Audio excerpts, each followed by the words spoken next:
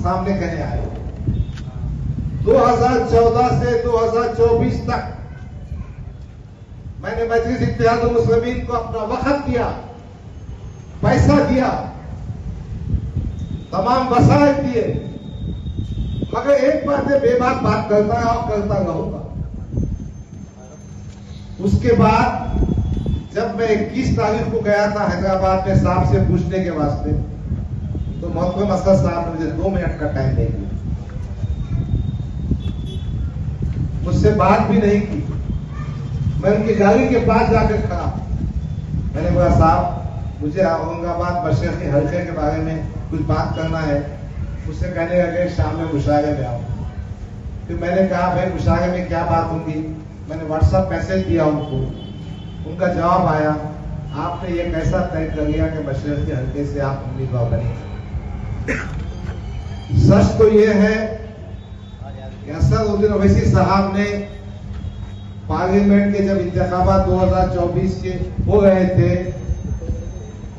इख्तिसाम भाई गवाह है, इम्तियाज जलील गवाह है, मैं था, मुझसे कहा था कि डॉक्टर साहब आपकी बहुत खिदमत है, आप 10 साल से काम कर रहे हैं, मैं आपको टिकट भी दूंगा, चुना के भी रहूंगा और यहाँ की सीट गिफ्ट में दूंगा। मगर मुझे ऐसा मालूम होता है कि इम्तियाज जलील साहब ने उनके कान में इतना जहर भर दिया कि वो आज बात करने को तैयार है। फिर उसके बाद मैं वापिस आने के बाद 23 तारीख को खत लिखा। वो खत मैंने साथियों को बताया। 23 तारीख से 8 तारीख तक असद साहब का कोई जवाब नहीं आया। 8 तारीख को मैंने मेरे साथियों के साथ मीटिंग की। मैंने बोला आगे की बातचीत तय करना चाहिए। मैं ये बात आपको बता दूं कि मैं 66 साल का हूं, 10 साल से मेरे लिए कोशिश कर रहा। अगर जिंदगी या मौत अल्लाह के हाथ में हो सकता है ये असेंबली इलेक्शन मेरी जिंदगी का आखिरी इलेक्शन हो। यही बात मैंने असद साहब को खत पे लिखकर भेजी। तो मैंने साथियों से मशवरा किया।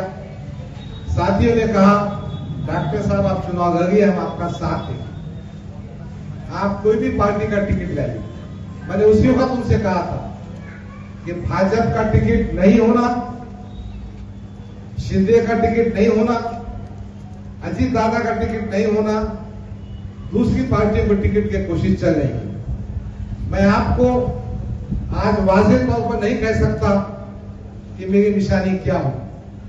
एक और बात मैं कहना चाहता हूं, 8 तारीख की मीटिंग के बाद कुछ उलमाए किराम मेरे पास आए, वो हैदराबाद भी गए थे, मगर मुझे दिखता है असद साहब ने उनकी बात को नहीं सुना।